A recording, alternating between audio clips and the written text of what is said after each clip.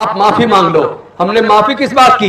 Doctor बाबा साहब अम्बेडकर की 22 प्रतिज्ञाओं के लिए तो अगर जान भी देनी पड़े तो जान देंगे।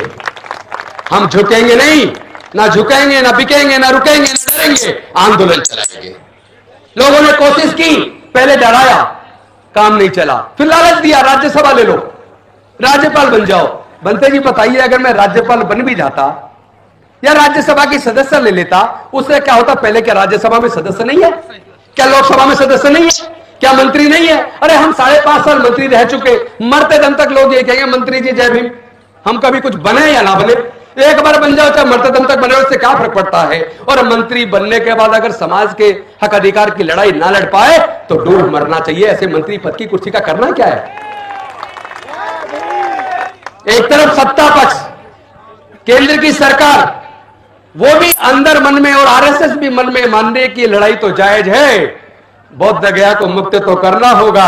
वो भी रास्ता तलाश रहे शांतिपूर्वक तरीके से कैसे मुक्त करें, और हम भी रास्ता तलाश रहे। हम तो बुद्ध को मानने वाले हैं, हम तो शांति और मानवता का संदेश देते हैं। हमें आप मजबूर मत कीजिए, हम हाथ जोड़ना जानते हैं, जरूरत पड़ने पर हाथ मरोड़ना और हाथ तोड़ना भी जानते हैं, पर हाथ तोड़ेंगे नहीं। हम हाथ तोड़ेंगे नहीं, मरोड़ेंगे नहीं, अभी तो हाथ जोड़ के निवेदन करेंगे।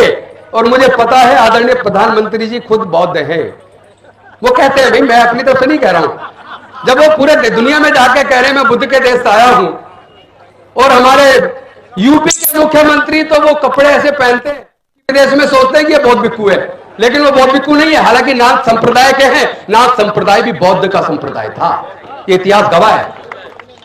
तो वो आज भटक गए, जो भटके हुए लोग, उनका भी आह्वान है वापस बुद्ध के धम्म में आओ। योगी जी आप भी आओ, आपका भी स्वागत है। अंधविश्वास पाखंडवाद को छोड़ो, नफरत से कुर्सी तो पाई जा सकती है, लेकिन मुझे इस मौके पे डॉक्टर बाबा साहब अम्बेडकर की एक संविधान सभा की स्पीच याद आती है, जब उन्होंने कहा था अगर किसी राज्य को जीतने के लिए, अपने में मिलाने के लिए बार बार युद्ध करना पड़े तो उस जीत का कोई फायदा नहीं है। अगर शांतिपूर्वक तरीके से विचार विमर्श करके उनको विचार से अपने साथ जोड़ के जीत लो तो स्थायी जीत होगी।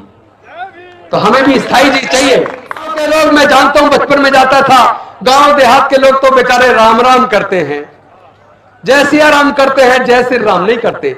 जय श्री राम तो लोग जय भीम बोलने वालों को पिटाई करके कहते हैं जय श्री राम बोल। अलीगढ़ में हुआ मेन रोड पर, और ऐसे कई वीडियो देखे हैं, किसी मुस्लिम की दाढ़ी नोच रहे, टोपी उतरवा रहे, कह रहे बोल जय श्री राम। भैया जबरदस्ती करवाओगे क्या?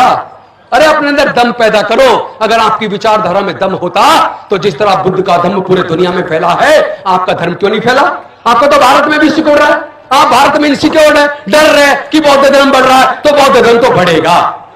आप रोक नहीं सकते, दुनिया की कोई ताकत नहीं रोक सकती, क्योंकि बुद्ध का धम्म अपनी विचारधारा की वजह से बढ़ रहा है, डर से, लालच से नहीं बढ़ रहा है। अगर विचार उत्तम है, अच्छा है, मानव के लिए कल्याणकारी है तो वो बढ़ेगा।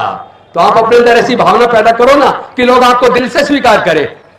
डर से आप नहीं जीत सकते, डर तो 2 दिन 4 दिन चलेगा, अंत तो गत्वा विचारधारा चलेगी। मैं 2 वाक्य और आपको बोलना चाहता हूं। पहली 12 मई बुद्ध पूर्णिमा के दिन बौद्ध विहार के अंदर, महाबोधि महाविहार में राज्यपाल ने, डीएम ने, कमिश्नर ने, बीटीएमसी के सारे मेंबर्स ने बौद्ध धर्म की विचारधारा के खिलाफ, बौद्धों की आस्था के खिलाफ काम किया। राज्यपाल को तुरंत हटाया जाना चाहिए, डीएम को बर्खास्त कर और बीटीएमसी के मेंबर्स को, चेयरमैन पे मुकदमा दर्ज करके जेल में डालना चाहिए। आप सहमत है कि नहीं है? 2 धर्मों के बीच में उन्होंने वैमनस्य पैदा करना, दंगे पैदा करने की कोशिश की है, उनके खिलाफ मुकदमा दर्ज होना चाहिए। पहली मांग। दूसरी मांग, महाबोधि महाविहार मैनेजमेंट एक्ट कमेटी 1949 का जो एक्ट है उसको रद्द किया जाना चाहिए। आप अगर समर्थक है तो हाथ उठा के समर्थन कीजिए। समर्थक है? तीसरी डिमांड, 13 मई को इस बात की, वहां के अंदर जो वीडियो, वहां की फुटेज निकाल के या कैमरे की, उन लोगों की जांच करो जो महाबोधि महाविहार में पूरे दुनिया से बौद्ध आते हैं। वो कौन लोग थे जिन्होंने महाबोधि महाविहार के अंदर घुस के जय श्री राम का नारा लगाकर बौद्ध भिक्षुणी की पिटाई की और बौद्ध अनुयायियों पर हमला किया, मुकदमा दर्ज किया, बनते भी नहीं चाह रहे थे, लेकिन जिन्होंने महाबोधि महाविहार के अंदर घुस के जय श्री राम का नारा लगाकर दंगे करने की कोशिश की, धर्म के बीच में उन्माद पैदा करने की कोशिश की, उनके खिलाफ मुकदमा दर्ज क्यों नहीं हुआ? इस बात का जवाब बिहार की सरकार, बोध गया का प्रशासन दे। जो लोग समर्थक हाथ उठा के समर्थन करें, वो लोग गिरफ्तार होने चाहिए कि नहीं होने चाहिए जिन्होंने अंदर दंगे किए? चौथी डिमांड, बनते विनय चार्य जी के खिलाफ मुकदमा तुरंत वापस लिया जाए, उनको रिहा किया जाए।